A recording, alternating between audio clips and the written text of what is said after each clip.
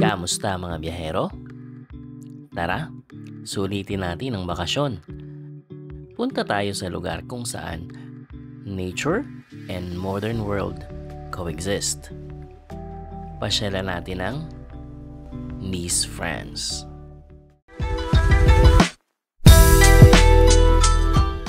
Good morning mga biyahero. So, punta tayo sa Nice, France. Tara, samahan niyo ako sa biyahe ko.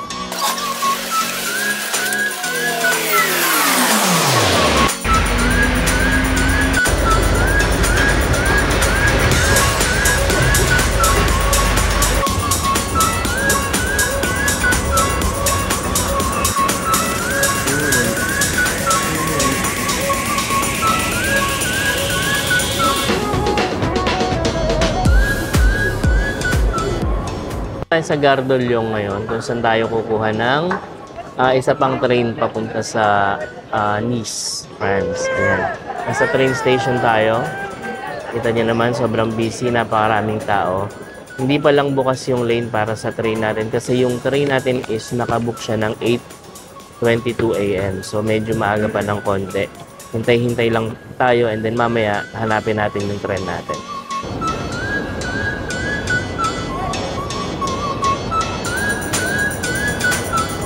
Ayan, tayo sa 8:22 sasakay. So, hintayin lang natin magbukas yung platform ng train para magpapasok na sila ng tao. So, for now kasi close po dahil paalis pa lang yung train na scheduled for 7:48.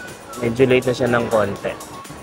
Ayan, nakapasok na tayo sa sa platform ng train. So, hanapin na lang natin yung train natin. Ayan. Yan yun, di ba? Ayan, so dito tayo sasakay. Come on!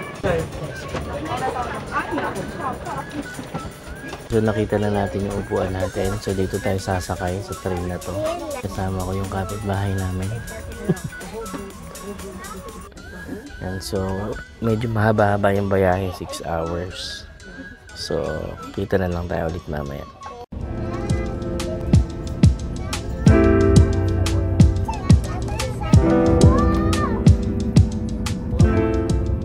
So after almost 6 hours, nandito na tayo sa Antibes. Okay, so kailangan pa natin mag-transfer ng isa pang train bago tayo makarating sa Nice, France. So from here siguro mga 20 to 25 minutes na lang yung ride.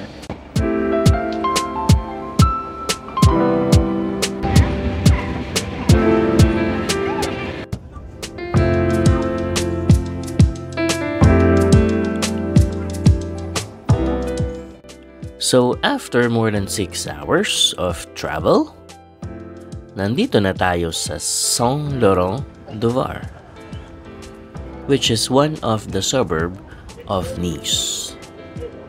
Sa beach. Ayun nga, so nakapag-check-in na tayo and nakapag-settle down na rin sa ating tutuluyan, care of Airbnb. So, it's time to make pasyal! Ganda naman pala dito. Yan.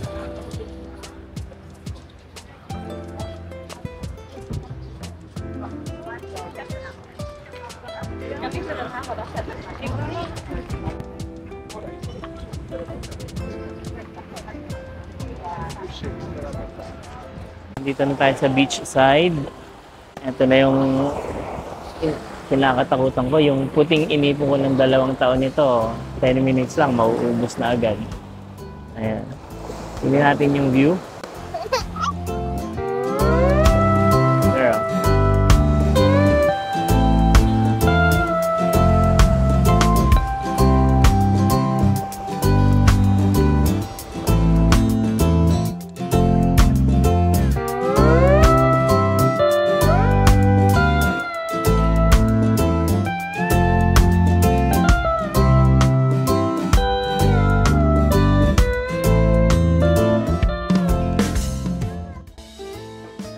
At pagkatapos mong i-enjoy ang napakalinaw at malamig na tubig sa dagat, syempre, kailangan ding lamnan ang ating tiyan.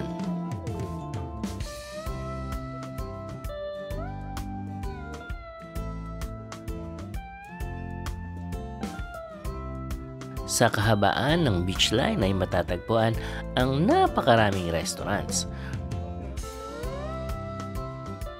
From seafoods, to steaks, to pizzas, just name it, they have it.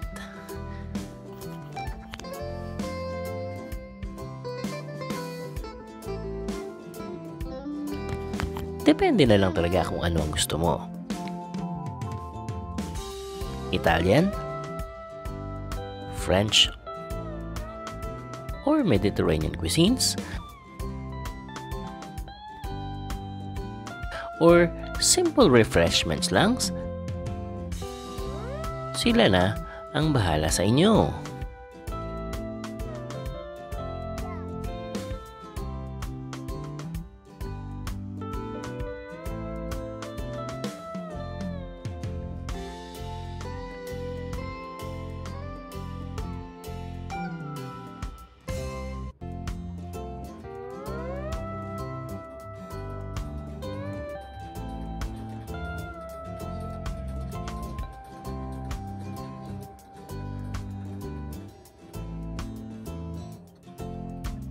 So ayan mga biyahero, naubos na yung puti na naipon natin ng 2 taon. So since hapon na rin tayo dumating, so dito lang tayo nakapunta sa beach malapit sa tinutuluyan natin. So bukas punta tayo sa ibang lugar. Sana ay nag-enjoy kayo ngayong araw. Like and share our videos and don't forget to follow our page. Kita tayo sa susunod na biyahe.